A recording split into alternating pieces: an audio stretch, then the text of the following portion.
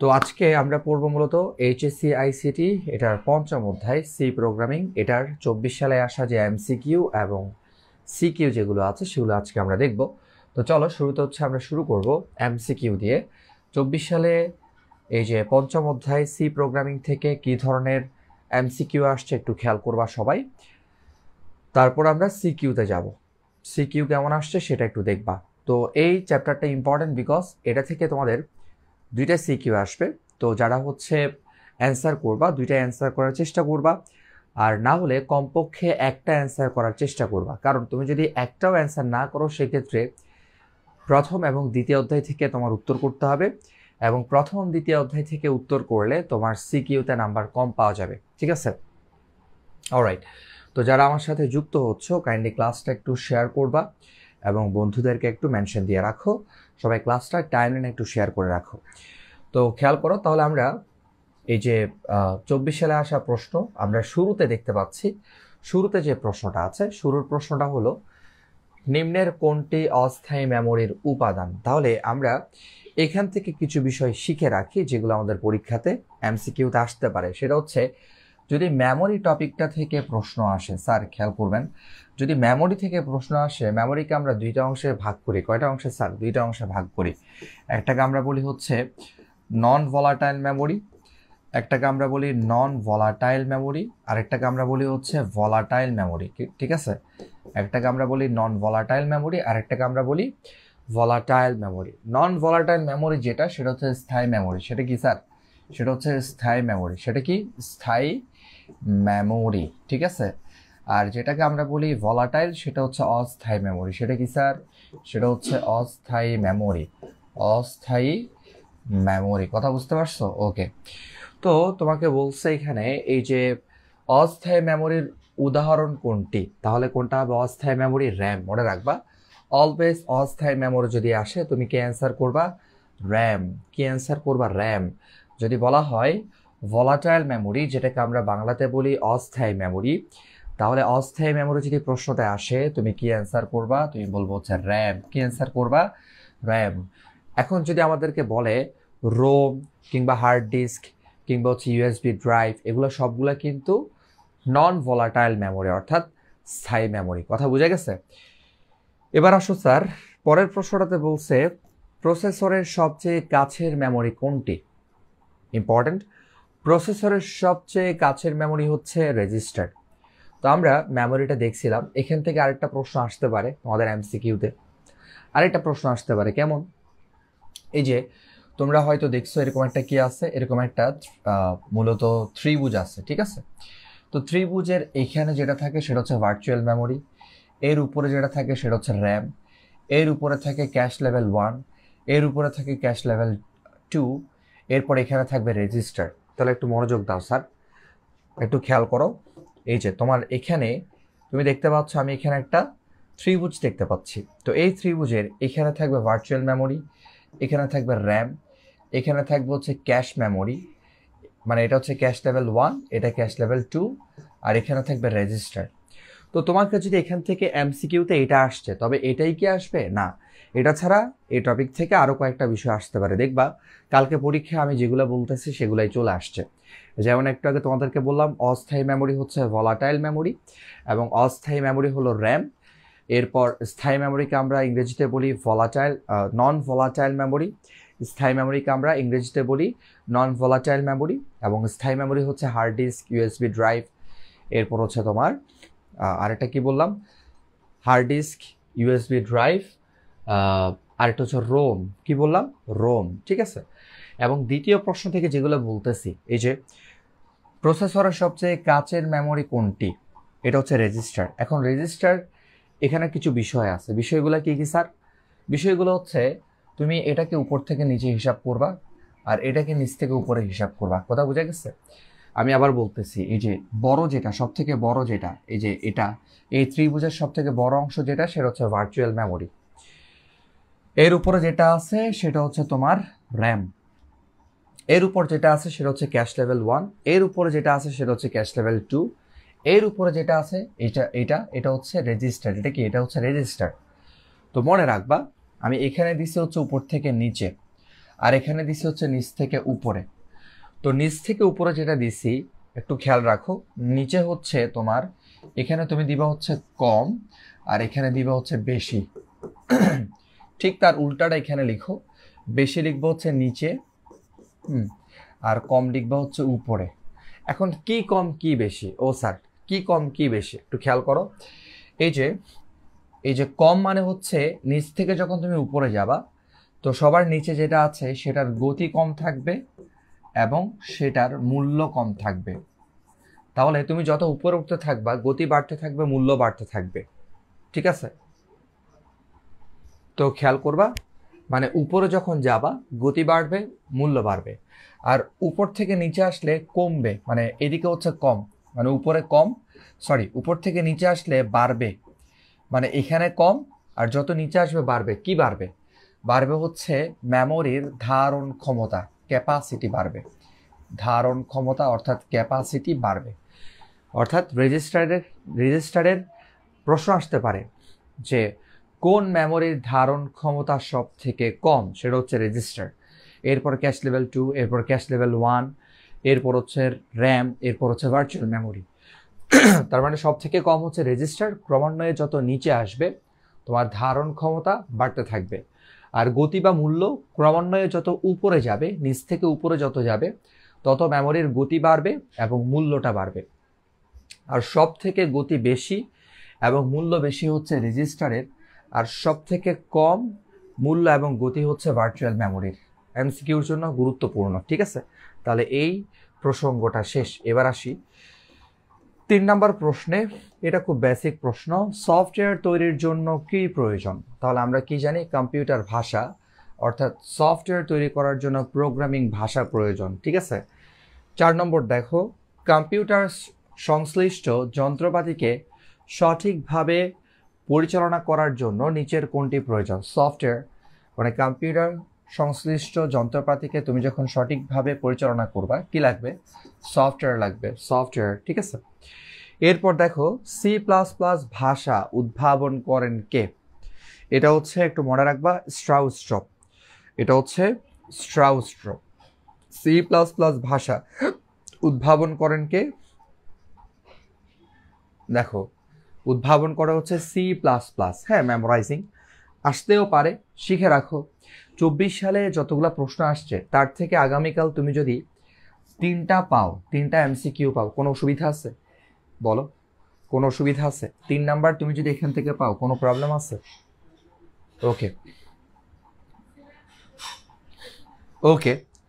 এরপরে খেয়াল করো, তাহলে সি প্লাস প্লাস আবিষ্কার করছে স্ট্রাউস্ট্রপ। এরপরে আমাদের কাজ হচ্ছে পরীক্ষায় কেমনে ভালো করা যায়। এরপর দেখো, উৎস প্রোগ্রাম, বস্তু প্রোগ্রাম, তার মানে সোর্স প্রোগ্রামকে অবজেক্ট প্রোগ্রামে রূপান্তর করে কে? অনুবাদক প্রোগ্রাম। এখানে কি হবে? অনুবাদক প্রোগ্রাম। যদি অনুবাদক প্রোগ্রাম আবার কি আছে? কম্পাইলার আছে, ইন্টারপ্রেটার আছে, অ্যাসেম্বলার আছে। তাহলে এখানে এই অপশনের মধ্যে সোর্স প্রোগ্রামকে বস্তু প্রোগ্রামে রূপান্তর করবে কম্পাইলার। কে রূপান্তর করবে? কম্পাইলার। কম্পাইলার আবার কি করে? এখানে একটা কথা আছে, ঠিক আছে? কথা কি একটু মনে রাখবা। কম্পাইলার কি করে? সম্পূর্ণ প্রোগ্রামকে একসাথে পড়বে, একসাথে অনুবাদ করবে। আর ইন্টারপ্রেটার মানে এক লাইন করে পড়বে, এক লাইন করে অনুবাদ করবে। এটা একটু মনে রাখবা। ইন্টারপ্রেটার হচ্ছে লাইন বাই লাইন অনুবাদ করে, আর কম্পাইলার সম্পূর্ণ প্রোগ্রামকে একসাথে পড়বে, একসাথে অনুবাদ করবে। ঠিক আছে, এটা একটু মনে রাখবা। আর একটা বিষয় খেয়াল রাখবা, কম্পাইলার কিন্তু ভুল হলে সেটা একসাথে দেখাবে, আর ইন্টারপ্রেটার ভুল হলে সেটা তোমাকে হচ্ছে ইনস্ট্যান্ট দেখাই দিবে। প্রোগ্রামের ভুল ত্রুটি খুঁজে বের করে তা সংশোধনের পদ্ধতিকে কি বলে? ডিবাগিং বলে। কি বলে? ডিবাগিং। যদি বলা হয় প্রোগ্রামে ভুল পাওয়া গেলে সেটাকে কি বলা হয়? বাগ বলা হয়। যদি প্রোগ্রামে কোনো ভুল পাওয়া যায় সেটাকে বলা হয় বাগ। আর সে বাগটা যখন তুমি ফিক্স করবা তখন সেটাকে বলা হচ্ছে ডিবাগিং। কি বলা হচ্ছে? ডিবাগিং। ঠিক আছে, ওকে। এরপর আসো, এরপর 8 নম্বর, স্ক্যানএফ। এই যে ফাংশনটা দেখতে পাচ্ছ, এটা হচ্ছে একটা ফাংশন। হ্যাঁ, এই যে করাই দিচ্ছি সবগুলা, কম তো, নো প্রবলেম। দেখো 8 নম্বর হচ্ছে এই যে স্ক্যানএফ ফাংশন আছে এখানে একটা, এর জন্য কোন হেডার ফাইল সংযুক্ত করতে হবে? তাহলে একটু মনে রাখবা এই যে stdio.h অর্থাৎ স্ট্যান্ডার্ড ইনপুট আউটপুট, এই যে std মানে হচ্ছে স্ট্যান্ডার্ড, i দিয়ে ইনপুট, ও দিয়ে আউটপুট। এই যে হেডার ফাইলটা আছে এটার মধ্যে বেশ কিছু ফাংশন আছে। কি কি ফাংশন আছে? আমরা এটার মধ্যে মেইন ফাংশনটাকে পাই, মেইন ফাংশন। আমরা এটার মধ্যে হচ্ছে স্ক্যানএফ ফাংশনটাকে আমরা পাই, এটার মধ্যে আমরা প্রিন্টএফ ফাংশনটাকে আমরা পাই, ঠিক আছে, প্রিন্টএফ। তাহলে এটার মধ্যে বেশ কিছু ফাংশন আছে। তো স্ক্যানএফ ফাংশনটা এই লাইব্রেরির অন্তর্ভুক্ত বা এই হেডার ফাইলের অন্তর্ভুক্ত। মানে তুমি এটার জন্য এই ফাংশনটা ব্যবহার করার জন্য তোমার হেডার ফাইল সংযুক্ত করতে হয় কার? stdio.h এটার। ওকে, এরপরে দেখো, এরপর হচ্ছে আমরা যদি নয়ে যাই, নয়ে খেয়াল করবা নিচের কোনটি ডেটা টাইপ, খেয়াল করবা নিচের কোনটি ডেটা টাইপ। তাহলে আমরা দেখতে পাচ্ছি এখানে ডেটা টাইপ হচ্ছে ডাবল। তো এখানে একটা জিনিস মনে রাখবা, 9 নম্বর প্রশ্নের জন্য আরও কিছু কথা আসবে। এখানে আমরা মূলত ডেটা টাইপ পাচ্ছি কি কি?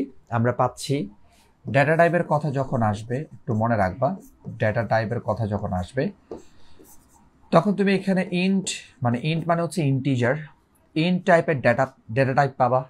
হ্যাঁ, মানে তোমার ডেটাগুলো হচ্ছে প্রোগ্রামে যে ডেটাগুলো ইনপুট দেওয়া হবে সেগুলো পূর্ণ সংখ্যা, অর্থাৎ ইন্টিজার টাইপের ডেটা, ঠিক আছে, পূর্ণ সংখ্যা। এরপর তুমি ফ্লোট টাইপের ডেটা পাবা। ফ্লোট টাইপের ডেটা মানে হচ্ছে ভগ্নাংশ। ফ্লোট টাইপের ডেটা মানে কি? ভগ্নাংশ। এরপর তুমি এখানে ডাবল পাবা। ডাবল মানে হচ্ছে বড় ভগ্নাংশ। এই যে ডাবল এখানে আছে, ঠিক আছে। তাহলে ডেটা টাইপের ক্ষেত্রে পূর্ণ সংখ্যার ক্ষেত্রে ইন্ট, আর ভগ্নাংশের ক্ষেত্রে হচ্ছে ফ্লোট, আর ডাবল হচ্ছে বড় ভগ্নাংশ। এবং তুমি যখন হচ্ছে ক্যারেক্টার নিয়ে কাজ করবা তখন তুমি এখানে আবার CHAR ক্যারেক্টার টাইপের ডেটা টাইপ তুমি এখানে পাবা। তাহলে ডেটা টাইপ হচ্ছে কি? ইন্ট, ফ্লোট, ডাবল, ক্যারেক্টার, ঠিক আছে।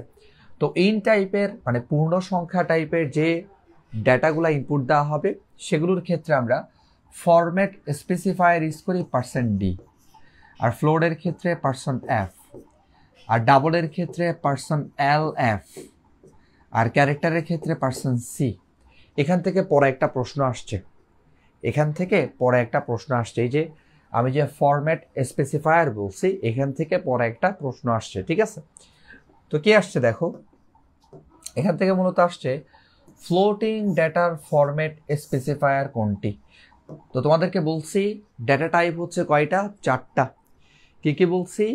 এই যে ডেটা টাইপ যে 4টা আছে তার মধ্যে ইন্টিজার, ফ্লোট, ডাবল, ক্যারেক্টার। তো ফ্লোটিং এর ক্ষেত্রে ফরম্যাট স্পেসিফায়ার কি হবে? %f। এটা দেখো 19-এ আসছে, সিলেট বোর্ড 24-এ আসছে। তাহলে ফ্লোটিং টাইপের মানে ভগ্নাংশ টাইপের ডেটার ক্ষেত্রে তোমার কি হবে? ফরম্যাট স্পেসিফায়ার হবে %f। আর যদি পূর্ণ সংখ্যা বলে মানে ইন্টিজার টাইপের ডেটার ক্ষেত্রে ফরম্যাট স্পেসিফায়ার কি হবে? তখন হবে %d। তখন কি হবে? %d। আর ডাবলের ক্ষেত্রে %lf, সেটা দেয় নাই, ঠিক আছে। ওকে, তো ওদিকে আমরা যাচ্ছি না আর। ওকে, এবার আমরা এর পরেরটাতে যাচ্ছি, 11তে যাচ্ছি। 11, এই যে 11তে কি বলছে দেখো, 11তে বলছে ডাবল ডেটা টাইপের জন্য ফরম্যাট স্পেসিফায়ার কি হবে। এটা দেখো, এটা হচ্ছে ঢাকা বোর্ড, ময়মনসিংহ বোর্ড 24-এ আসছে, রাজশাহী বোর্ড 17-তে আসছে। তো ডাবল টাইপের ডেটার জন্য একটু আগে লিখেই দিছি ফরম্যাট স্পেসিফায়ার কি হবে? %lf। তাহলে তোমরা একটু মনে রাখবা, ইন্টিজার টাইপের ডেটার জন্য হচ্ছে %d, আবার ফ্লোট মানে ভগ্নাংশের জন্য হচ্ছে %f ফরম্যাট স্পেসিফায়ার, ঠিক আছে। এগুলার কাজ, এগুলো সম্পর্কে এখন তো আর বিস্তারিত বোঝানোর সময় নাই, ঠিক আছে, যেহেতু কালকেই পরীক্ষা। ডাবল হচ্ছে বড় ভগ্নাংশ, এটা চিহ্নিত করার জন্য আমরা যে ফরম্যাট স্পেসিফায়ার ইউজ করব সেটা হচ্ছে lf। এরপর ক্যারেক্টার, এটার জন্য এটাকে চিহ্নিত করার জন্য আমরা যে ফরম্যাট স্পেসিফায়ার ইউজ করব সেটা হচ্ছে %c।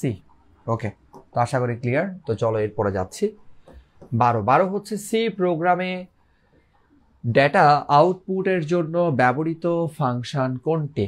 খুব সিম্পল প্রশ্ন এটা। 13 প্রশ্ন বলছে নিচের কোনটি রিলেশনাল অপারেটর। এই যে এটা নট ইকুয়াল হচ্ছে রিলেশনাল অপারেটর। মনে রাখবা রিলেশনাল অপারেটর হচ্ছে এই যে তোমার গ্রেটার দেন ইকুয়াল কিংবা হচ্ছে লেস দেন ইকুয়াল কিংবা হচ্ছে গ্রেটার দেন ইকুয়াল কিংবা হচ্ছে ইকুয়াল ইকুয়াল, ঠিক আছে, কিংবা হচ্ছে আমরা নট ইকুয়াল, এগুলো হচ্ছে রিলেশনাল অপারেটর, ঠিক আছে। তো এখানে খ হচ্ছে রিলেশনাল অপারেটর 13। 14 নম্বরে বলছে সি ভাষায় সমজাতীয় ডেটা সংরক্ষণের জন্য কোনটি ব্যবহার করা হয়। তাহলে সমজাতীয় অনেকগুলা ডেটা নিয়ে যখন আমরা কাজ করব তখন মূলত হচ্ছে অ্যারে নিয়ে কাজ করা হয়। অ্যারে হচ্ছে কালেকশন অফ ভ্যারিয়েবল, অর্থাৎ তুমি সমজাতীয় অনেকগুলো ডেটা নিয়ে হচ্ছে অ্যারের সাহায্যে কাজ করতে পারবা। তো অ্যারে, ঠিক আছে, ওকে 14 এটার অ্যান্সার হবে অ্যারে।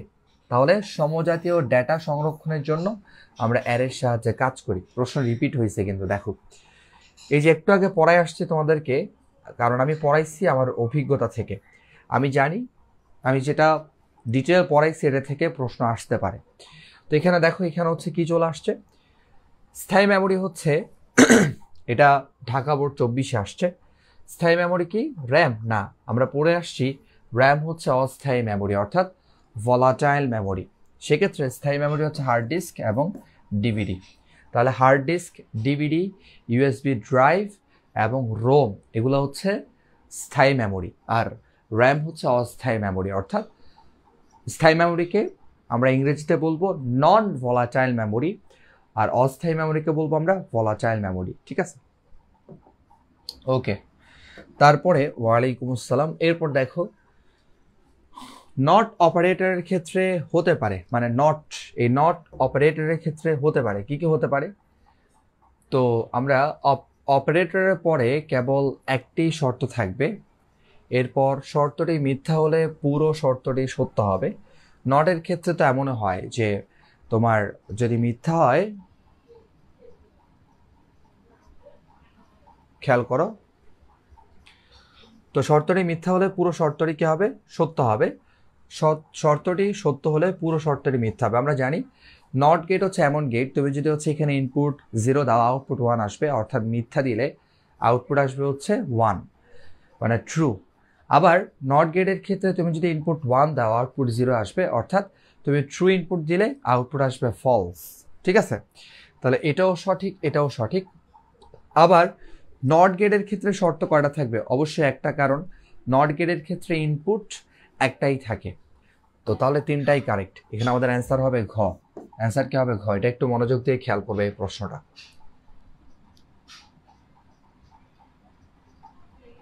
যারা বলতেছে ভাইয়া প্রিপারেশন ভালো তাও নার্ভাস লাগতেছে, টেনশনের কোনো প্রয়োজন নাই।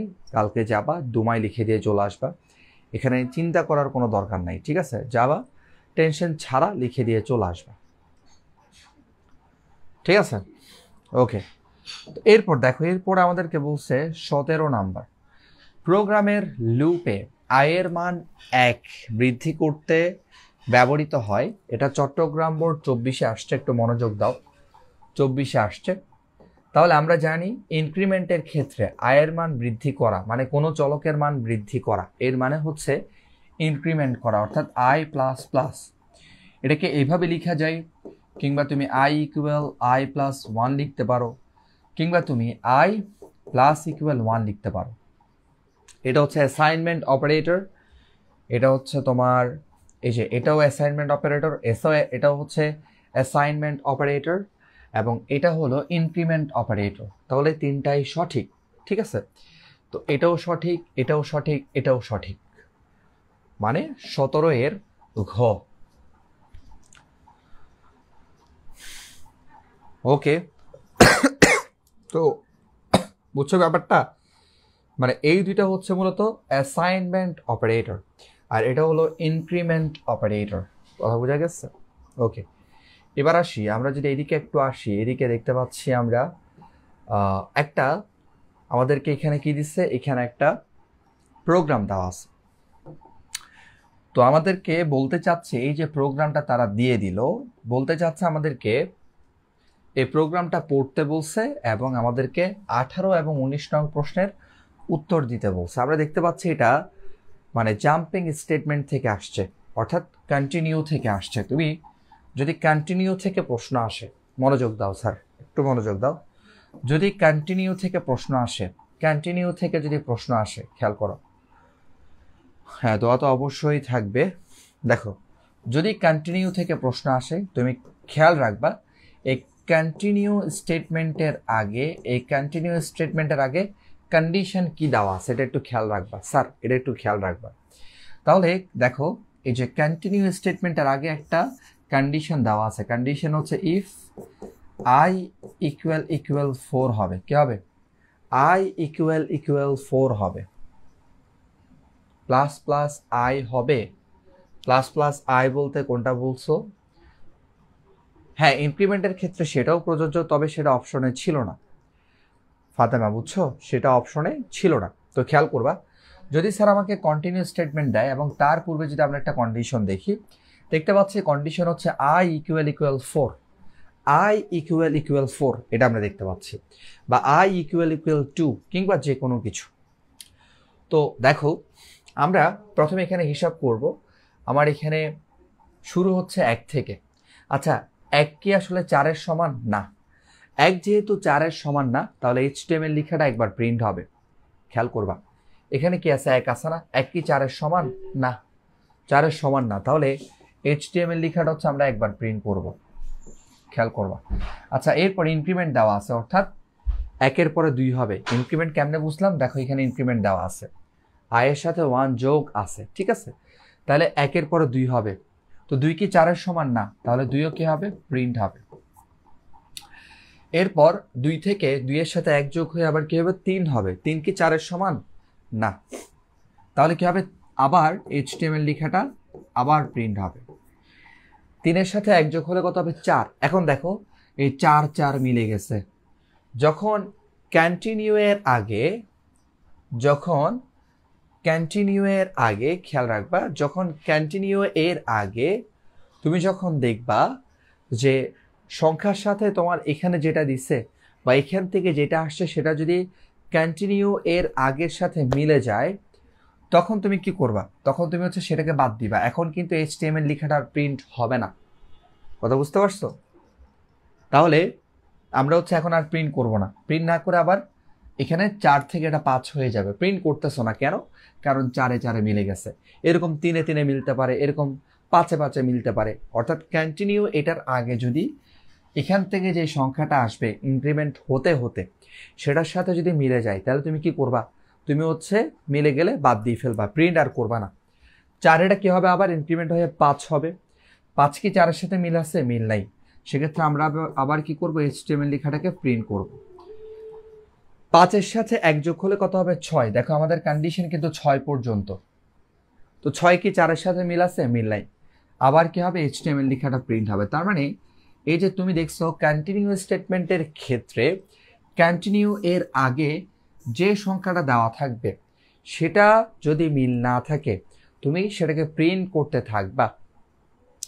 কয়বার প্রিন্ট হয়েছে? 5 বার প্রিন্ট হয়েছে, ঠিক আছে? আর যদি সেটা মিলে যায়, কন্টিনিউ স্টেটমেন্টের আগে কন্ডিশনে যে সংখ্যাটা দেওয়া আছে এখান থেকে যদি সেটা মিলে যায়, মানে ইনক্রিমেন্ট হতে হতে সেটা যদি মিলে যায়, তো যখন মিলবে তখন স্কিপ করবা, তখন আর প্রিন্ট করবা না। না মিললে প্রিন্ট করবা, মিললে স্কিপ করবা। কথা বুঝতে পারছো? তো আশা করি ক্লিয়ার। তাহলে HTML লেখাটা হচ্ছে কয়বার প্রিন্ট হবে? 5 বার প্রিন্ট হবে। কয়বার? 5 বার। এই যে 5 বার প্রিন্ট হবে।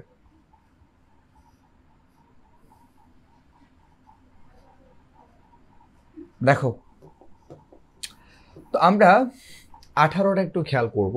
আচ্ছা 18 শেষ, 19 দেখো। 19-এর মধ্যে আমাদেরকে বলছে এই যে প্রোগ্রামটা দেওয়া আছে, এই যে প্রোগ্রামটা দেওয়া আছে, এই প্রোগ্রামটাতে আমাদেরকে প্রশ্ন করা হচ্ছে এই প্রোগ্রামের মধ্যে ব্যবহৃত অপারেটরগুলো কি কি। তো আমরা দেখতে পাচ্ছি দেখো এখানে ইকুয়াল আছে। ইকুয়াল হচ্ছে মূলত একটা এরিথমেটিক অপারেটর। এটা হচ্ছে একটা এরিথমেটিক অপারেটর, মানে এটা একটা গাণিতিক অপারেটর। এটা হচ্ছে একটা গাণিতিক অপারেটর না, সরি এটা গাণিতিক অপারেটর না, এটা হচ্ছে রিলেশনাল অপারেটর। সরি, ইকুয়াল হচ্ছে রিলেশনাল অপারেটর, ঠিক আছে? তাহলে এখানে ইকুয়াল হচ্ছে রিলেশনাল অপারেটর। এরপর এই যে একটা ইকুয়াল দেওয়া আছে, একটা ইকুয়াল, হ্যাঁ একটা ইকুয়াল থাকলে সেটা অ্যাসাইনমেন্ট অপারেটর। আর তো কিছু নাই। তাহলে আমরা এখানে কি পাচ্ছি? এখানে পাচ্ছি মূলত আমি একটু কনফিউজড, এটাকে আমরা এরিথমেটিক অপারেটর বলবো নাকি এটাকে আমরা রিলেশনাল অপারেটর বলবো? এটা একটু কনফিউজড আমি। রিলেশনাল অপারেটর, ঠিক আছে, রিলেশনাল অপারেটর, ঠিক আছে, ওকে। আর এটাকে হচ্ছে আমরা গাণিতিক অপারেটর বলতে পারি। হ্যাঁ, এখানে হচ্ছে লজিক্যাল অপারেটর নাই। লজিক্যাল অপারেটর নাই কেন? কারণ লজিক্যাল অপারেটর এই কারণেই নাই, জাস্ট বিকজ অফ আমরা জানি লজিক্যাল অপারেটর হচ্ছে কোনটা, এটা এবং এটা এবং হচ্ছে এটা, এই তিনটা লজিক্যাল অপারেটর, ঠিক আছে। শুধু আচ্ছা, শুধু কি ইয়ে আছে? অপশন কি একটা আছে? অপশন তো একাধিক আছে, অপশন একাধিক আছে। তাহলে 1 এবং 3 হবে, 1 এবং 3, অর্থাৎ এই যে এটা হচ্ছে এরিথমেটিক অপারেটর আছে এখানে, ওই যে একটা ইকুয়াল দেওয়া আছে না, একটা ইকুয়াল দেওয়া আছে না, এটা হচ্ছে এরিথমেটিক হিসাব করতেছি। আর দুইটা ইকুয়াল থাকলে সেটা হচ্ছে রিলেশনাল। এই যে খেয়াল করবা, দুইটা ইকুয়াল থাকলে রিলেশনাল, অর্থাৎ ইকুয়াল। আমরা নর্মালি একটা ইকুয়াল দেই, বাট সি প্রোগ্রামে দুইটা ইকুয়াল সাইন দিতে হবে, ঠিক আছে। এটা হচ্ছে রিলেশনাল অপারেটর, এগুলোর উপরে ক্লাস আছে কিন্তু আমার। এরপরে একটা ইকুয়াল যেগুলো আছে এগুলোকে বলা হচ্ছে এরিথমেটিক অপারেটর, মানে গাণিতিক অপারেটর। একটা ইকুয়াল যেটা আছে সেটাকে বলা হচ্ছে এরিথমেটিক। এরিথমেটিক মানে হচ্ছে গাণিতিক।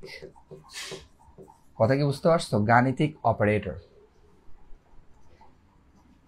আর এটা রিলেশনাল, ঠিক আছে, আমি বুঝছি তো, এটা রিলেশনাল।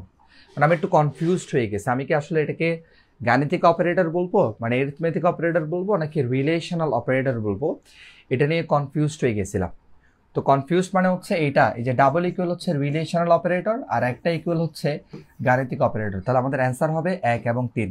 লজিক্যাল অপারেটর হবে না, কারণ এটা বুঝাই যাচ্ছে, কারণ আমরা দেখতে পাচ্ছি এই প্রোগ্রামের মধ্যে কোনো লজিক্যাল অপারেটর ইউজ করা হয় নাই।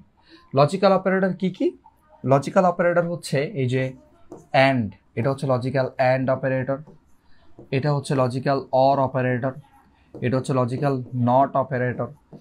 তো এরকম কোনো অপারেটর হচ্ছে এই প্রোগ্রামে ইউজ করা হয় নাই, তাহলে এই অপশনটা হবে না। আর বাকি অপশনগুলো কারেক্ট, অনেকভাবে বোঝানো যায়, ঠিক আছে। ওকে, এরপরে আসি, এটা পড়তে বলছে, এটা পড়ে আমাদেরকে বলছে 20 এবং 21 নম্বর প্রশ্নের,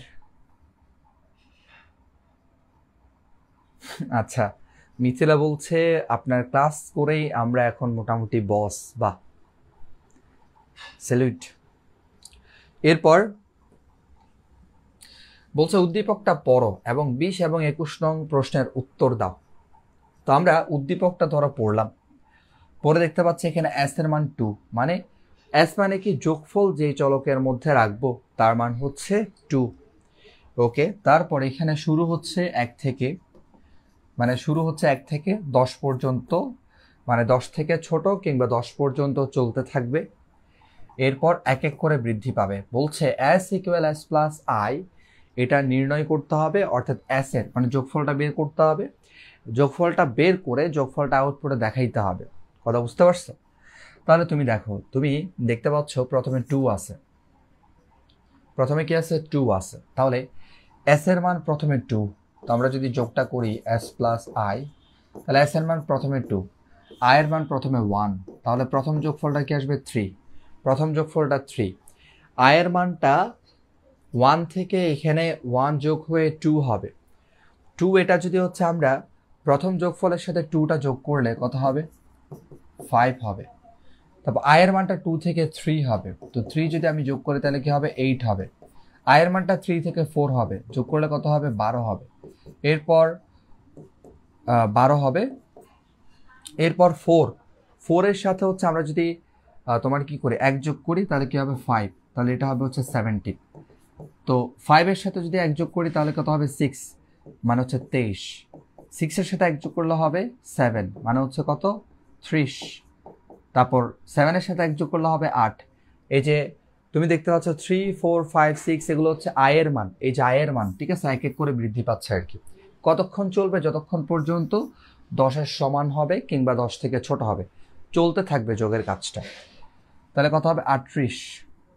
এরপর 8 থেকে 9 হবে, তো 9 যদি আমরা যোগ করি তাহলে কত হবে? তাহলে হবে হচ্ছে 47। 9 থেকে কি হবে? 10 হবে। 9 এর সাথে 1 যোগ করে কত হবে? 10 হবে। 10 মানে তাহলে এটা হবে হচ্ছে 57। তো আমাদের রাইট অ্যান্সার হচ্ছে এই প্রোগ্রাম থেকে এস এর মান যেটা প্রিন্ট হবে, এস এর মান যেটা প্রিন্ট হবে সেটা হচ্ছে কত? 57। এই যে 57 দেখো লাস্টে ঘ ঘ 57, ঠিক আছে। ওকে, এরপর 21 নম্বরটাতে বলছে আমাদেরকে, 21 নম্বরটাতে আমাদেরকে বলছে আয়ের কোন মানের পরিবর্তনের জন্য আউটপুট 32 হবে।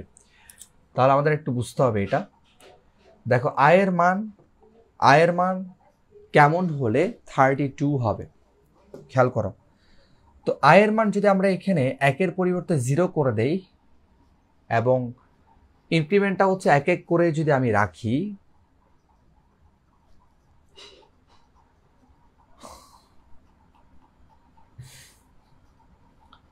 বিশ নাম্বারটা তো বুঝাইছি, মানে এখানে আসলে যোগের কাজটা হবে, যারা লুপের কাজটা জানে তারা হচ্ছে এটা পারবে, বাকিরা বুঝছে এটা, ঠিক আছে। মানে লুপের যে যোগের কাজটা সেটা এখানে মূলত হচ্ছে আর কি, ঠিক আছে, এটা বুঝাইছি, একটু বুঝে নাও। তো এরপর 21 নম্বরটা দেখো, আয়ের কোন মানের পরিবর্তনের জন্য আউটপুট 57 না হয়ে, আউটপুট এটা না হয়ে কি হবে? এটা হবে। তো তুমি দেখো, তুমি এটার অ্যান্সারটা অ্যাকচুয়ালি ঘ। কেন? কারণ দেখো তুমি যখন আয়ের মান 1 দেখতে পাচ্ছ, ইনক্রিমেন্ট যখন হচ্ছে 1-1 করে দেখতে পাচ্ছ, তখন যদি এই প্রোগ্রামের মান অর্থাৎ এই প্রোগ্রামের যোগফল যদি তখন 57 আসে, একটু ঠান্ডা মাথায় চিন্তা করো, মানে একটু স্মার্ট ওয়েতে চিন্তা করো। যখন আয়ের মান 1 এবং ইনক্রিমেন্ট হচ্ছে 1-1 করে, আয়ের মান 1 এবং ইনক্রিমেন্ট হচ্ছে কত করে স্যার? ইনক্রিমেন্ট হচ্ছে 1-1 করে, ঠিক আছে। তখন যদি এটার মান আমার কি আসে? 57 আসে, মানে এই প্রোগ্রামের যোগফল যদি তখন 57 আসে, তাহলে আমার কখনো আয়ের মান 2 হইলে, ইনক্রিমেন্ট 2 হইলে জীবনেও কি 32 আসবে? আরো বেশি আসার কথা না? কথা কি বুঝতে পারছো? আয়ের মান 1 থাকা অবস্থায় এবং 1-এর পরে 2, 2-এর পরে 3 1-1 করে বৃদ্ধি পাওয়া অবস্থায় যদি এই প্রোগ্রামের যোগফল যদি 57 আসে, তাহলে আয়ের মান 2 এবং ইনক্রিমেন্ট যদি 2 হয়, তাহলে তো এটা অনেক বেশি হবে আরো। এটা 57-এর পরিবর্তে দেখা যাবে 114 হয়ে গেছে, তাহলে এটা কখনোই হবে না। দেখো আয়ের মান 1 এবং ইনক্রিমেন্ট হচ্ছে 1-1 করে থাকা অবস্থায় যদি 57 আসে, তাহলে আয়ের মান 2 এবং ইনক্রিমেন্ট হচ্ছে 1-1 করে হলেও কখনো 57 হবে না, তার থেকে বেশি আসবে, তাহলে এই অপশনটা ভুল। এরপর দেখো খ, আয়ের মান 1 কিন্তু ইনক্রিমেন্ট কত দিছে? 2 করে দিছে, তাহলে এটাও কি আসবে? বেশি আসবে, 57 থেকে যোগফলটা বেশি হবে, এটাও ভুল। তাহলে রাইট অ্যান্সার হচ্ছে কোনটা? ঘ। কেমনে বুঝলা?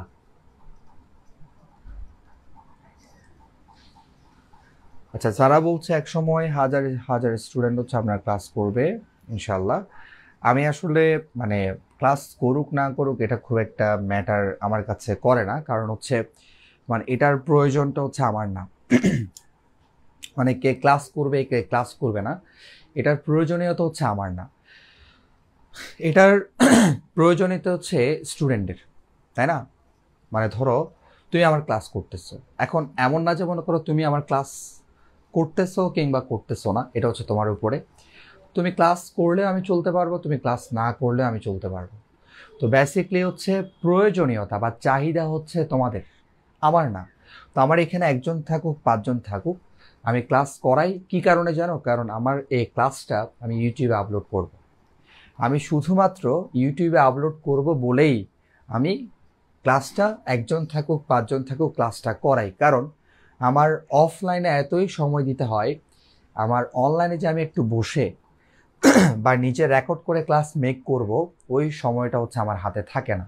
তো যখন তোমাদের লাইভ ক্লাসগুলো নেই তখন হচ্ছে ক্লাসটা নেওয়া হয়ে যায়, তখন আমি ইউটিউবে আপলোড করে দিই, সেখান থেকে হচ্ছে তোমার সবাই ক্লাস করে ফেলে। যেমন এই মুহূর্তে হচ্ছে আমি তোমাদেরকে যদি দেখাইতে পারতাম, মানে আমার লাইভ অডিয়েন্স, মানে এই মুহূর্তে হচ্ছে কতজন শিক্ষার্থী আমার ইউটিউবে ক্লাস করতেছে।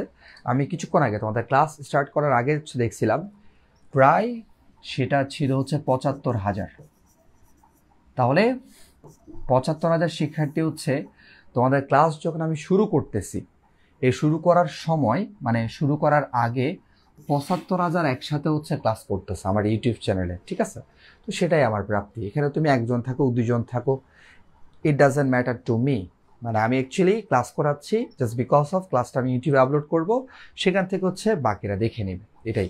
তো আবার এখানে থাকলেও না থাকলে আমার কাছে ম্যাটার করে না, বিকজ হচ্ছে এটা নির্ভর করবে তার উপর।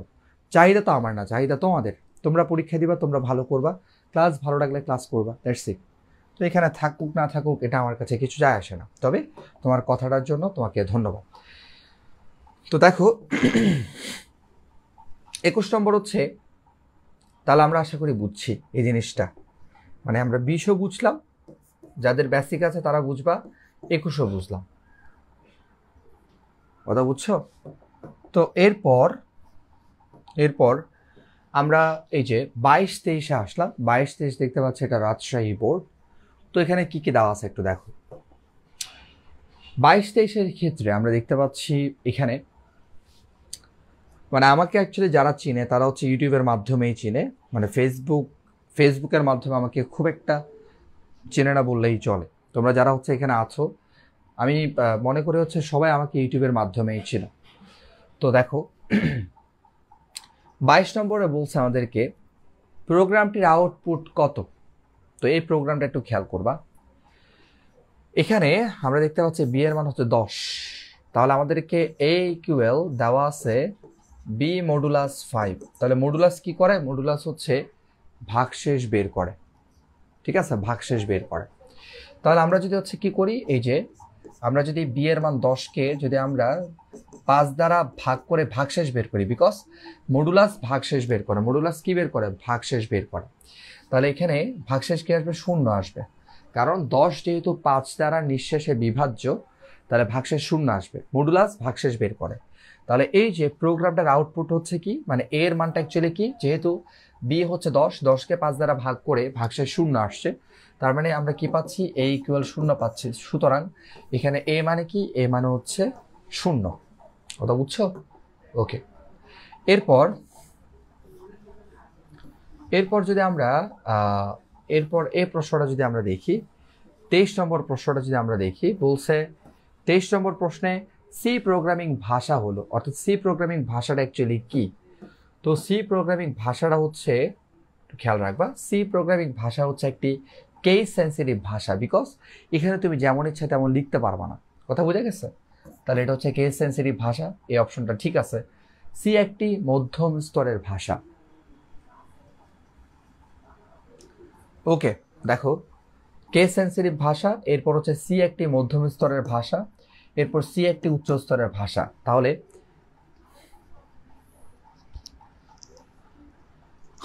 আচ্ছা, তো খেয়াল করবা, সি একটি কেস সেন্সিটিভ ভাষা, সি একটি হচ্ছে মধ্যম স্তরের ভাষা, এরপর হচ্ছে একটি উচ্চ স্তরের ভাষা। তাহলে আমরা এই সবগুলাই কারেক্ট অপশন হচ্ছে আমাদের এখানে আমরা দেখতে পাচ্ছি।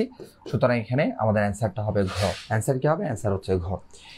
এরপর খেয়াল করবা, আমাদেরকে এখানে দিছে, এখানে যে প্রশ্নটা দিছে বলছে হচ্ছে এটা ইজি প্রশ্ন, এটা আশা করি হচ্ছে তোমরা পারবা।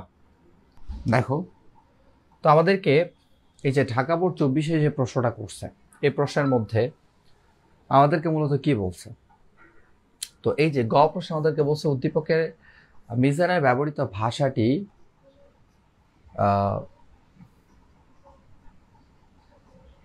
ওকে, খেয়াল করবা, আমাদেরকে বলছে উদ্দীপকে মিজানে ব্যবহৃত ভাষাটি কোন ধরনের অনুবাদক ব্যবহার করে। তাহলে এখানে আমাদেরকে বলছে হচ্ছে অন্যদিকে মিজান C++ ভাষা ব্যবহার করে সফটওয়্যার তৈরি করার কাজ করে, যার অনুবাদক প্রোগ্রাম সম্পূর্ণ প্রোগ্রামটি একসাথে পড়বে, একসাথে অনুবাদ করবে। তাহলে সম্পূর্ণ প্রোগ্রাম একসাথে পড়ে একসাথে অনুবাদ করে কে? এটা হচ্ছে কম্পাইলার। এটা কে বলতো? এটা হচ্ছে স্যার কম্পাইলার। এটা কি স্যার? কম্পাইলার। তো তুমি এখানে বলবা এই যে মিজানের ব্যবহৃত ভাষাটি কোন ধরনের অনুবাদক ব্যবহার করে। তাহলে মিজানের ব্যবহৃত ভাষাটি হচ্ছে কম্পাইলার অনুবাদক প্রোগ্রাম ব্যবহার করে। তো তুমি বলবা কম্পাইলার কি করে উচ্চস্তরের ভাষাকে কম্পিউটারের ভাষায় রূপান্তর করে। এরপর তুমি অনুবাদক প্রোগ্রামের সংজ্ঞাটা একটু বলবা। তারপর বলবো হচ্ছে কম্পাইলার সম্পূর্ণ প্রোগ্রামটাকে একসাথে পড়ে একসাথে অনুবাদ করে, ঠিক আছে। তারপর হচ্ছে তুমি বলবা যে কম্পাইলার কোনো ভুল হলে সেটা একসাথে প্রদর্শন করে। এই জিনিসগুলো একটু এক্সপ্লেন করবে, দ্যাটস ইট। এরপর বলছে মারুফ ও মিজানের ব্যবহৃত ভাষা দুইটির অনুবাদক প্রোগ্রামের মধ্যে কোনটিতে প্রোগ্রাম ডিবাগ করা তুলনামূলক সহজ? ডিবাগ মানে হচ্ছে ভুল খুঁজে বের করা। ডিবাগ মানে হচ্ছে ভুল, মানে প্রোগ্রামে যে ভুল, মানে প্রোগ্রামের যে ভুল সেটা খুঁজে বের করা, ভুল খুঁজে বের করা, বের করে সেটাকে সংশোধন করা। ডিবাগ ডিবাগ মানে হচ্ছে অ্যাকচুয়ালি, মানে একটু খেয়াল করবা, ডিবাগ মানে হচ্ছে অ্যাকচুয়ালি তোমার প্রোগ্রামে যে ভুল আছে সেই ভুলটা তুমি খুঁজে বের করবা, বের করে তারপর সেটাকে সংশোধন করবা। তাহলে ডিবাগ মানে কি স্যার? ডিবাগ মানে হচ্ছে প্রোগ্রামের ভুলটা খুঁজে বের করা এবং সেটাকে সংশোধন করা। তো মারুফ যেটা ইউজ করে সেটা হচ্ছে, দেখো মারুফ পিএইচপি ভাষা ব্যবহার করে ওয়েব অ্যাপ্লিকেশন তৈরি করে। তার অনুবাদক প্রোগ্রামটা মানে পিএইচপি ভাষাটা মূলত যে অনুবাদক প্রোগ্রাম ব্যবহার করে সেটা এক লাইন করে পড়ে এবং এক লাইন করে অনুবাদ করে। তাহলে সেটা কি? এক লাইন করে পড়ে এক লাইন করে অনুবাদ করে, সেটা হচ্ছে ইন্টারপ্রেটার। সেটা কি? সেটা হচ্ছে ইন্টারপ্রেটার, সেটা ইন্টারপ্রেটার। আর মারুফেরটা হচ্ছে সম্পূর্ণ প্রোগ্রামটি একসাথে অনুবাদ করে। তাহলে মারুফেরটা হচ্ছে কম্পাইলার। মারুফেরটা কি? মারুফেরটা হচ্ছে কম্পাইলার। মারুফেরটা কম্পাইলার, কথা বোঝা গেছে? মারুফেরটা কম্পাইলার। তো এই দুইটার মধ্যে কোনটাতে ডিবাগ করা সহজ, কোনটাতে ভুল খুঁজে বের করে সংশোধন করা সহজ?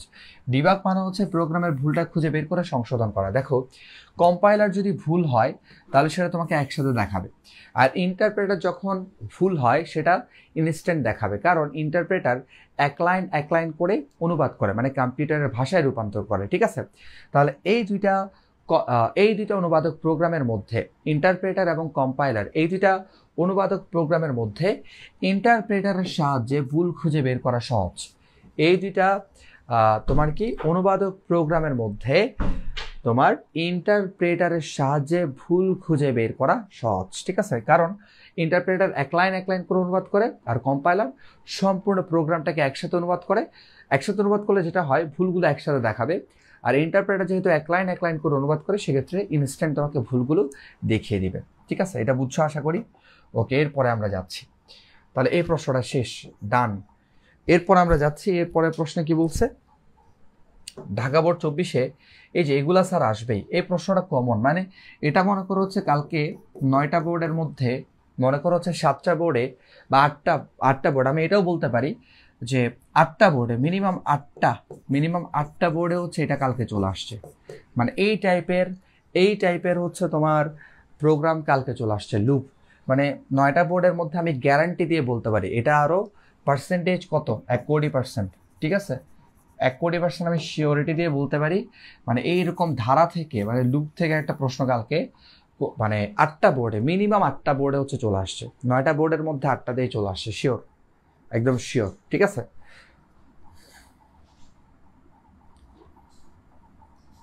তো খেয়াল করবা। এরপর দেখো,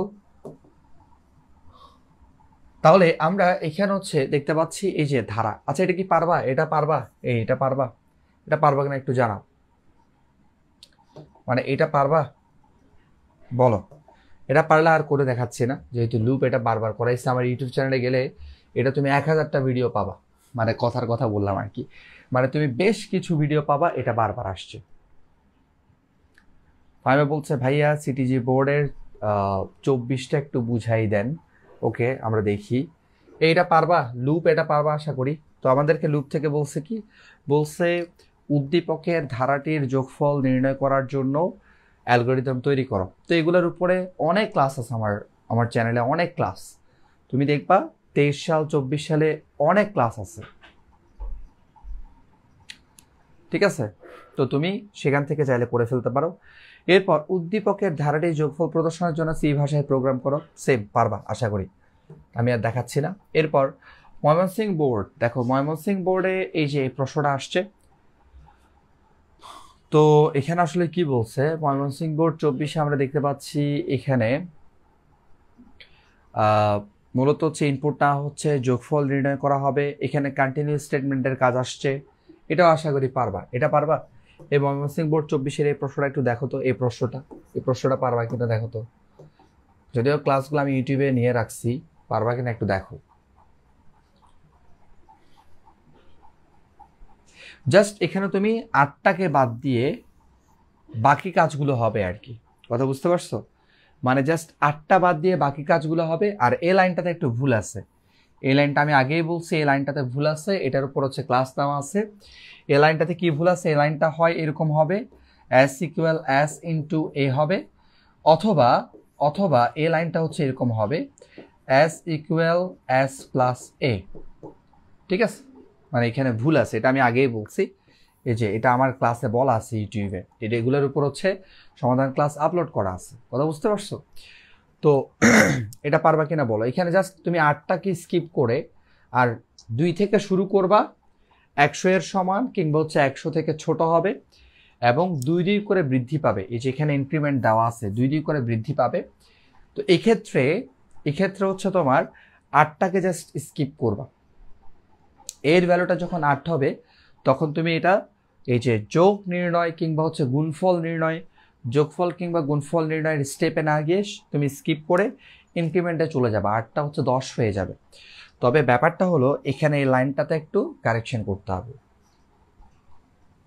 আচ্ছা, পাবেল বলছে কি কি আসবে, মানে কালকে তোমরা দেখবা বেশিরভাগ বোর্ডে কালকে যে প্রশ্ন আসবে লুপ আসবে, এবং লুপের মধ্যে মানে for loop, while loop, do while এগুলো তো পড়বাই, ঠিক আছে? মানে ফর লুপ, তারপর হচ্ছে হোয়াইল, তারপর ডু হোয়াইল, এগুলো তো আসবেই, এগুলো আসবে। এছাড়া জাম্পিং স্টেটমেন্টের ক্ষেত্রে তোমার আসতে পারে কন্টিনিউ স্টেটমেন্ট, কন্টিনিউ, এরপর আসতে পারে হচ্ছে ব্রেক স্টেটমেন্ট, কন্টিনিউ এবং ব্রেক স্টেটমেন্ট, এগুলো আসতে পারে, ঠিক আছে? এরপর হচ্ছে তোমার গো টু স্টেটমেন্ট, যদি এটা রেয়ারলি আসে, গো টু হচ্ছে সবসময় আসে না, এটা রেয়ারলি আসে, এগুলাকে আমরা বলি হচ্ছে জাম্পিং স্টেটমেন্ট। কি বলি? এগুলার আমরা বলি হচ্ছে জাম্পিং স্টেটমেন্ট, ঠিক আছে? জাম্পিং স্টেটমেন্ট, জাম্পিং স্টেটমেন্ট, কথা বুঝছো? আচ্ছা, অ্যালগরিদম ওকে দেখাইলাম, সমস্যা নাই, দেখাইলাম। জাস্ট আমি তোমাদেরকে প্রত্যেকটা প্রশ্ন সম্পর্কে আইডিয়া দিচ্ছি, ঠিক আছে? তো আমার এই চ্যাপ্টারের বোর্ড প্রশ্ন সমাধানের উপরে অলমোস্ট 2টা প্লেলিস্ট মিলে না হলেও প্রায় 50টার মতো প্রশ্ন সমাধান আছে। 50টা, মানে 50টা না হলেও মানে 40+ হবে, মানে 40+ প্রশ্নের সমাধান ক্লাস হচ্ছে আমার চ্যানেলে আপলোড করা আছে। মানে বিভিন্ন বোর্ডে যে প্রশ্নগুলো আসছে 23 সাল 24 সালের, সেগুলো সমাধান ক্লাস মেবি 50-র কাছাকাছি হবে, মানে এরকম 40 বা 50-র কাছাকাছি হবে। দেখো, তো এই যে তাহলে কি কি বললাম, কালকে প্রশ্ন আসবে লুপ থেকে, শিওর, নো ডাউট, লুপ থেকে প্রশ্ন আসবে, এটা হচ্ছে মোটামুটি শিওর। ওকে, আচ্ছা, কন্টিনিউ স্টেটমেন্ট প্রোগ্রামের একটা অ্যালগরিদম করাই দেন। কন্টিনিউ স্টেটমেন্ট প্রোগ্রামের একটা অ্যালগরিদম করাই দেন। কন্টিনিউ স্টেটমেন্টের অ্যালগরিদমটা আসে নাই, তুমি কোথায় দেখছো? অসুবিধা নেই, তুমি বলবো হচ্ছে এখানে 2 এর মানটাই স্কিপ করে জাস্ট নতুন একটা লাইন অ্যাড করবা। মনে করো কন্টিনিউ স্টেটমেন্টের ক্ষেত্রে তুমি যখন এটার অ্যালগরিদম করবা, তুমি এখানে কি করবা, যখন হচ্ছে তুমি লিখবা যদি a ইকুয়াল 8 হয়, তাহলে আমরা কোথায় যাব, এই যে ইনক্রিমেন্টের যে স্টেপটা আছে সেটাতে ফিরে যাব, এই কথাটা অ্যাড করবা। মানে আমি যদি তোমাকে বিষয়টা একটু বুঝাই, ধরো বিষয়টা এরকম হবে যে স্টেপ 1 হচ্ছে কি করবা, শুরু করবা, রাইট? স্টেপ 1 হচ্ছে শুরু, স্টেপ 1 হচ্ছে স্টার্ট। এরপর স্টেপ 2 হচ্ছে তোমার ইনপুট নিবা, হ্যাঁ, ইনপুট যা যা আছে। এরপর স্টেপ 3 থাকলে নিবা, না থাকলে নিবা না, ঠিক আছে? স্টেপ 3 হচ্ছে তোমার ইনপুট নেওয়ার পরে তারপর তুমি কি করবা, স্টেপ 3-তে এই যে শুরুতে যোগের কাজটা করে ফেলবা। তাহলে যোগের কাজটা হচ্ছে এইটা, এই যে যোগ কিংবা গুণের কাজটা করে ফেলবা শুরুতে। তাহলে তুমি হচ্ছে যোগের কাজটা করলা, ধরো হচ্ছে s equal s plus a, হ্যাঁ। এরপর তুমি ইনক্রিমেন্টে যাবা, ইনক্রিমেন্টে গেলা, ইনক্রিমেন্ট কি হবে, ইনক্রিমেন্ট হচ্ছে a প্লাস ইকুয়াল 2। এরপর তুমি হচ্ছে কি করলা, এরপরে স্টেপ 4-এ এসে তুমি হচ্ছে কন্ডিশন দিবা। কি কন্ডিশন দিবা? তুমি কন্ডিশন দিবা হচ্ছে ইফ যদি a লেস দেন ইকুয়াল 100, এটা সত্য হয়, এটা সত্য হলে কোথায় যাবা? এই কন্ডিশনটা যতক্ষণ ট্রু হবে ততক্ষণ এই স্টেপে যাবা, স্টেপ 4-এ যায়, মানে যোগফল যেখানে নির্ণয় করা হবে। আর এই কন্ডিশনটা যদি মিথ্যা হয় তাহলে তুমি কি করবা? তুমি হচ্ছে এই যে সর্বশেষ যোগফলটাকে দেখাবা, অর্থাৎ স্টেপ 5। স্টেপ 5-এ তুমি কি করবা? স্টেপ 5-এ তুমি হচ্ছে প্রিন্ট, আচ্ছা সরি, সত্য হইলে হচ্ছে যোগফল নির্ণয়ের যে কাজ সেখানে হচ্ছে তুমি যাবা।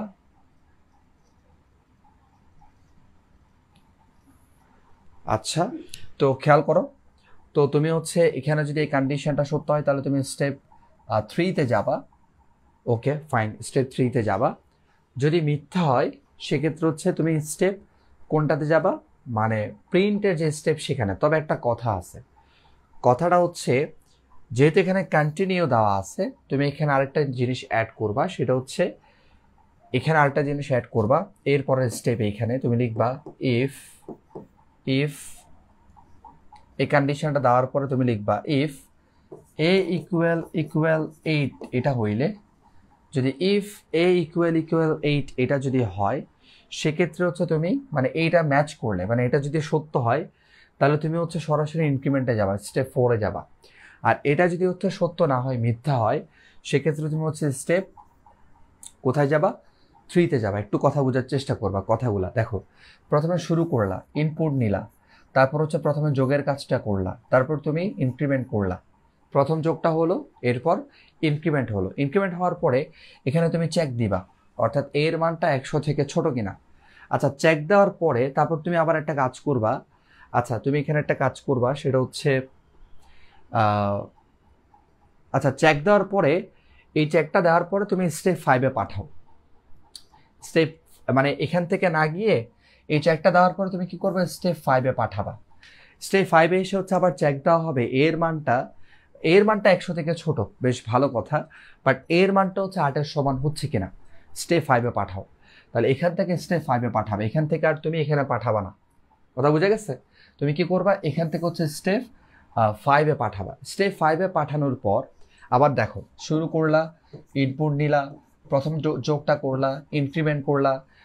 ইনক্রিমেন্ট করার পরে এর মানটা 100 থেকে ছোট কিনা সেটা যাচাই করবা। তারপর কন্টিনিউ স্টেটমেন্ট থাকলে কিংবা ব্রেক স্টেটমেন্ট থাকলে এখানে চেক করবা, সেটা হচ্ছে তোমার কি কিনা, মানে এটার সাথে মিলতেছে কিনা।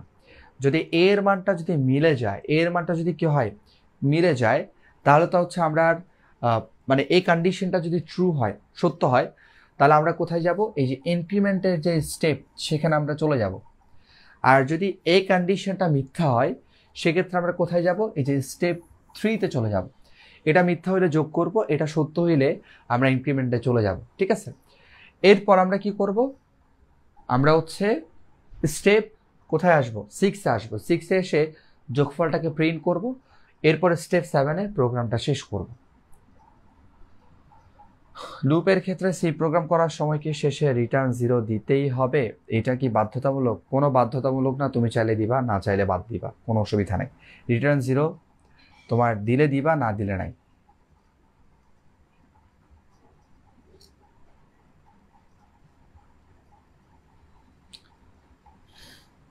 পাবেল, তুমি এগুলো কি বলো ভাই? আমার ইউটিউবে হচ্ছে এই চ্যাপ্টারের বোর্ড প্রশ্ন সমাধানের উপরে, বোর্ড কোশ্চেন মানে সমাধানের উপরে হচ্ছে না হলেও 40+ ক্লাস আছে, 40+, 40টার উপরে ক্লাস আছে।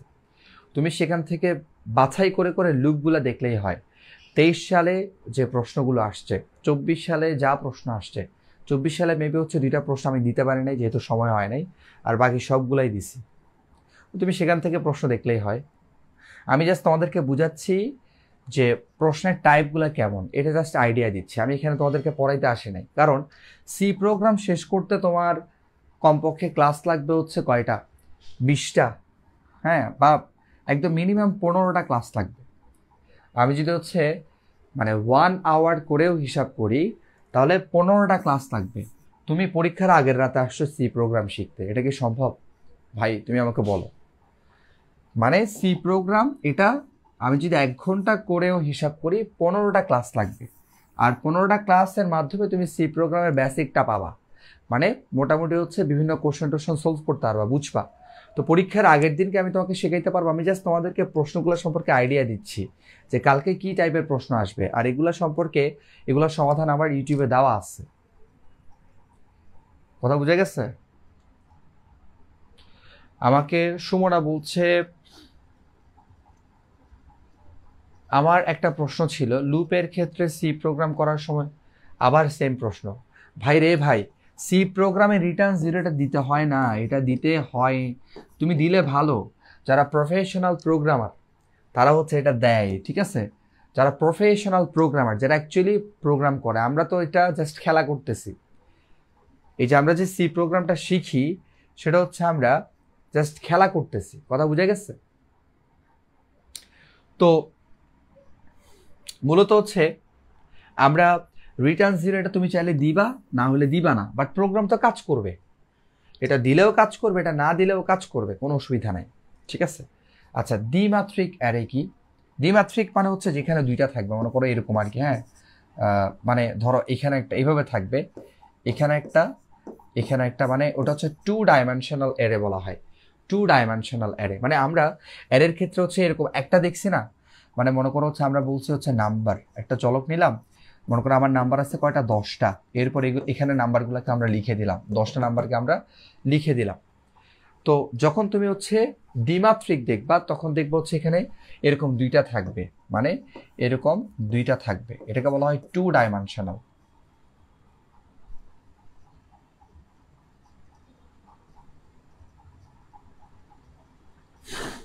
হ্যাঁ, যদি 3টা থাকে তাহলে 3 ডাইমেনশনাল। এরকম তিনটা, একটা থাকলে হচ্ছে জাস্ট অ্যারে 1 ডাইমেনশনাল, আর যদি দুইটা মানে একটা থাকলে হচ্ছে 1 ডাইমেনশনাল, দুইটা থাকলে বলবো হচ্ছে 2 ডাইমেনশনাল মানে দ্বিমাত্রিক, আর তিনটা থাকলে হচ্ছে 3 ডাইমেনশনাল।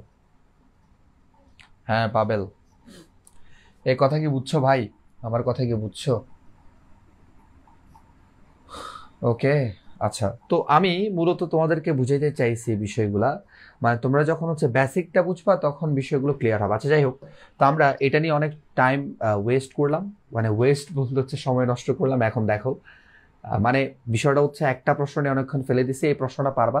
এটা হচ্ছে সেলসিয়াস থেকে ফারেনহাইট, ফারেনহাইট থেকে সেলসিয়াস, এটা থেকে আসছে, এটা আমি আগে করাইছি। এখানে কি বলছে দেখো, এটা অ্যালগরিদম লেখার জন্য বলছে, অ্যালগরিদমটা তুমি জাস্ট ফ্লো চার্ট দেখে দেখে স্টেপগুলো লিখে দিবা।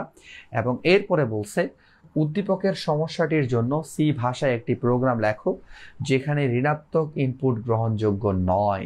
তাহলে তোমার ইনপুট যেটা দেওয়া হবে সেটা ঋণাত্মক মান হচ্ছে গ্রহণ করবে না, অর্থাৎ সি এর মান যেটা ইনপুট দেওয়া হবে সেটা সবসময় 0 থেকে বড় হবে। তো তুমি লিখবা, মানে যে ইনপুটটা দিবে সেই ইনপুটটা অলওয়েজ তুমি লিখবা হচ্ছে সেটা, মানে সেটা হচ্ছে 0 থেকে বড়, সেটা কি লিখবা 0 থেকে বড়, অর্থাৎ তোমার সি এর ভ্যালুটা হচ্ছে মানে 0 গ্রেটার দেন, মানে সি গ্রেটার দেন 0, মানে 0 থেকে সবসময় সি এর ভ্যালুটা হচ্ছে বড় হবে।